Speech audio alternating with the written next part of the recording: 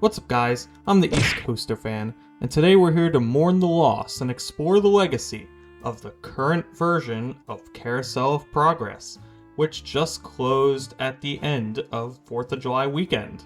This is a very well-known Disney attraction, and today I want to give it my fair due because it's one of my favorites at Magic Kingdom, and it's been the Carousel of Progress we've known and loved for most of our lifetimes. If you didn't know, the Carousel of Progress has a really fascinating history, both within the amusement industry and really just the Walt Disney Company, as it was one of the very few attractions that Walt Disney himself was heavily involved with and really enjoyed. It was mainly for the 1964 New York World's Fair. That's where the Carousel of Progress made its debut. When that fair ended, the Carousel of Progress went over to Disneyland, and then eventually it made its way over to Walt Disney World in 1975. After that, the Carousel of Progress was updated 3 more times in 1981, 1985, and 1994. There wasn't much time in between all those updates, and that was on purpose. The ride is called the Carousel of Progress.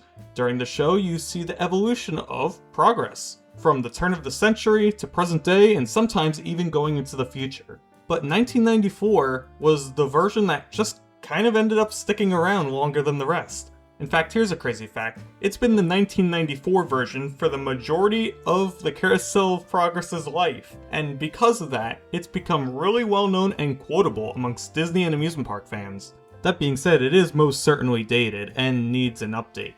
I mean, look at that final scene. I'm really happy that Disney is putting the attention back into this attraction. They're going to be putting a Walt Disney animatronic in the opening scene, updating the future scene, as well as just changing the time frame of the attraction to be more timely for us today. And that's really what the Carousel of Progress is all about. That was the main idea that Walt Disney was trying to get across with this attraction. But there are still some things I'm still sad to lose. One of them being Gene Shepard as the voice of the father. I'm also going to miss the quips, but I think as long as they do the same thing they did with Country Bear Jamboree, where you sprinkle some nods here and there in, I think it'll be fine.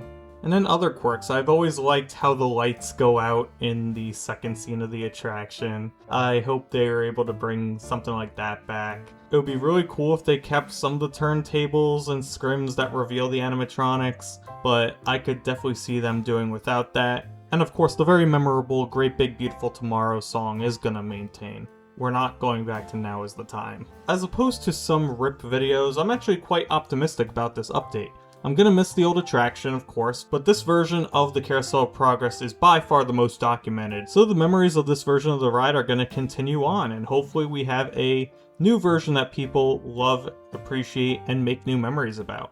My last time riding this attraction was back in January 2023, and I know that the next time I go to the Magic Kingdom, I'll be sure to give the Carousel of Progress a ride, as I always do. What do you think of the Carousel of Progress? Were you a fan of this attraction? Were you a fan of the current iteration? Are you looking forward to the new version that's being made right now?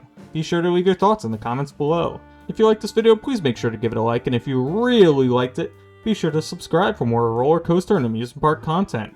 And with that being said, I will see you guys in the next video.